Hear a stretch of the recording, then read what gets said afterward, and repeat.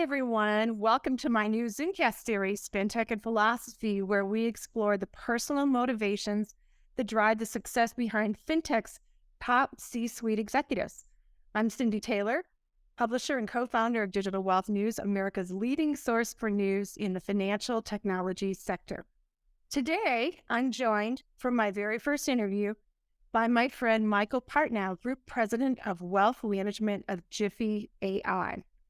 JIFFY is a leading platform provider that natively integrates robotic process automation, machine learning, natural language processing, document processing, analytics, and workflow in a new autonomous concept called hyperapps. I love that name, which allows an enterprise to build sustainable and scalable automation, reduce technical debt, and increase ROI, all noteworthy causes.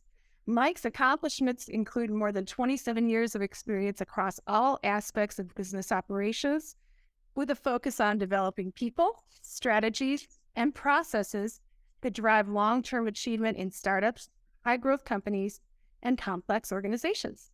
Michael earned his Bachelor's of Business Administration in Marketing and Management from Baruch, I hope I said that right, Michael, College, good, and earned a Master of Arts in Education from the University of Phoenix. Now, let's get started. Michael, thank you for joining us today on Fintech and Philosophy. We're so excited to hear all about your journey into the digital wealth sector and how you got there. So great to have you here. Thanks for inviting me. I'm super excited to be here. You're my first victim. Michael, please tell us about your role at JIFFY and what you do there. Well, thanks, Cindy, and thanks again for inviting me to the inaugural webcast. I'm so welcome. Flattered, I'm honored, especially to be hosted by you, Cindy, given your illustrious career, all the things that you're leading and continue to lead at Digital Wealth News. This is exciting. So today, as you described, I'm simply grateful to serve as the Group President of JIFFY.ai. And we're exactly as you described. We offer a platform that truly converges a set of automations into a single platform. And that's really important because today you could go out and purchase all these pieces independently, but we take the technologies into a singular platform to address all that piecemealing that exists today. Think about as a swivel chair. Think about all the swivel chairing that takes place and all those non-integrated solutions in the market that they've truly gotten in the way of innovation. And if you think about the wealth industry, we could do so much more here. So as you described, our platform really natively integrates robotic process automation, or RPA. We combine that with machine learning, natural language processing, document processing, and analytics, and workflow into that new autonomous concept called hyperapps. These hyperapps allow our clients, our partners, to build sustainable and scalable, and that's really important, scalable automation, reducing that technical debt and increasing ROI and really propelling innovation. And in my role today, I truly have the privilege, and it is a privilege, of partnering with an amazingly talented group here, responsible for ideation all the way through execution and everything in between. And it's a lot of fun to do that. Wow, that's great description. So cool, Michael. Okay, so the series is called Fintech and Philosophy. So this is the part where we want to hear about you and learn more about Michael, what motivates Michael. So tell us a bit about you, Michael. Where do you live? Do you have a partner? Do you have children? Are they in school? Are they working? Are they adults? And where? Tell us about your family and you. Yeah, happy to. This is the I guess the accomplishment that I'm most proud of. So I'm joining you from New Jersey. That's not the accomplishment that I'm most proud of, but I'm specifically the Jersey Shore area. And I'm incredibly happily married to my amazing wife, Mary Ann. July is going to be 28 years. Wow, Our high school sweethearts. Wow. Yeah. Mary and I are proud parents of just three amazing children. Allison is our oldest. She's 24. Tyler's 21, and Lauren's 12. Just a little about them. Marianne, AKA, or also known as Miss Marianne, launched a very successful preschool 16 years ago. She's simply beloved by children and their families. A little side fact about her is she's a rock and roll mom, and she's on the evenings and weekends, she's a rock star. So do check out her music. I'm going to do a little promotion here. Do check out her music Wonderful. on all the music sources under Marianne Partnow. Okay. Allison's our oldest. She's on her own in New York City, has a wonderful position at iHeartMedia. And Tyler's going to be graduating this year with a bachelor's degree in creative writing. And Lauren's our 7th grader. She's a great student, just loves music and Broadway. So you'll see a music theme throughout this discussion this morning. So cool. And I remember you told me recently you went to see Smokey Robinson too. So I know you're musically inclined as well. Oh, that is a family passion here. So cool. There's not a weekend that goes by that music is not. We're not heavily influenced by music here. Yeah. Very neat. Very neat. Okay. Michael, tell us a little bit about where you were raised. I think we shared already where you went to college, but if you want to get into that a little bit, I really want to know basically how your upbringing and your early years have shaped who you are as an adult now. Thank you. So I was born and raised in Brooklyn, New York for 20 years. I know the accent might have given that away. And I did graduate, as you described, with a Bachelor of Business Administration from Baruch College, which is a city university, and have a master's degree actually in education from the University of Phoenix. So I know this is going to sound a little bit strange, but I knew at a very early age that I wanted to pursue a career in financial services. Now, I know you were thinking baseball, like most teenage boys and my friends growing up in Brooklyn, but I had the passion for financial services. And so my dad was in financial services. He actually started his career with E.F. Hutton. Oh, wow. Wow. You're E.F. Hutton. Yes, I sure do. Date ourselves, but yes. Yeah, dated myself a little. He would take me to the office as a youngster, and I just loved it. I would overhear him on the phone, and it sounded just fascinating. So I guess the old tagline, when E.F. Hutton talks, people listen. Had a Yes. little bit of a different meaning than the one intended by E.F. Hutton, but I guess I did listen. E.F. Hutton, Okay. the career in financial services. So cool. Wow, that's amazing. What did he do? So he was responsible for total other side of the business, reconciliation control. He had a fairly large department there, but if you think about all the controls of reconciliation that needs to take place in a large, call it wirehouse at the time, financial services organization, he had the responsibility there. So sure, he had a lot of sleepless nights reconciling back to make sure the books of records were intact and such. Wow. I can only imagine it was all done manually then, not without the benefit of a Goodness. And computer. I remember Stop certificates were moved manually and things like that, right?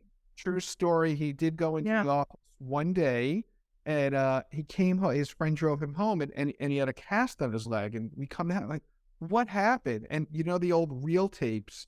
I guess they were joking around back in the office, kicking it around like a puck, and he slipped on it. Talk about the manual piece. Remember, Oh my reel goodness. tapes of people digging through microfiche Oh my God. on trade breaks and such. Yeah. You don't hear about microfiche injuries so much anymore.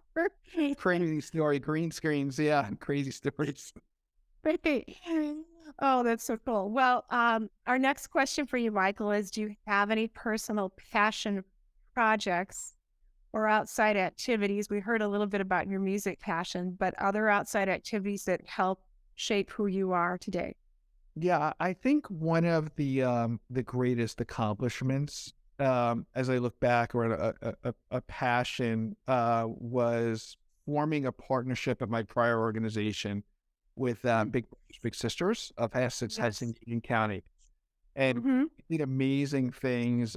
We successfully paired hundreds and the program continues today, but hundreds of children in a one-to-one mentoring relationship. We launched a financial literacy program through our efforts there, and raised 10 years that I had helped lead it there. We raised almost $1 million. So needless to say, I'm a huge fan of structured mentoring programs. The other thing is I love kickboxing. Now, mind you, there's no sparring. There's no need to hurt these pretty looks here. It's not bad, but You wouldn't want to. I know, maybe some. I do love to kickbox. Like I shared, we have three simply amazing children. Their wives, their happiness, my wife's happiness, I would say, is my top priority, my top passion. Just along those lines, we're a huge Disney family. This year will be our 12th consecutive Disney cruise, 12 in a row. Gosh. Wow. Okay. Yeah, Sure. this is so funny. And I guess I truly am that rock and roll dad. So all three of my kids and my wife have played. They continue to play in bands. And for me, I just love music, but I can't play a note. So I guess I am the living example of, I am the Reuben Kincaid to the Partridge Family today. I remember you saying too that you basically are the funding source, right? So you somebody will play and they'll earn $50, but you spent $200 that night. That's true. Well, my running joke is, they see all my kids up on stage, or my wife just had a gig this weekend, and they'll come up to me and they'll say, "Do you play?" I said, "No, I pay." So they play and I pay. So instead of pay for play, you're play for pay. There you go. And we just love it. Music is our passion here. You could see a beautiful quote by John Lennon behind Cool. as well. Nice.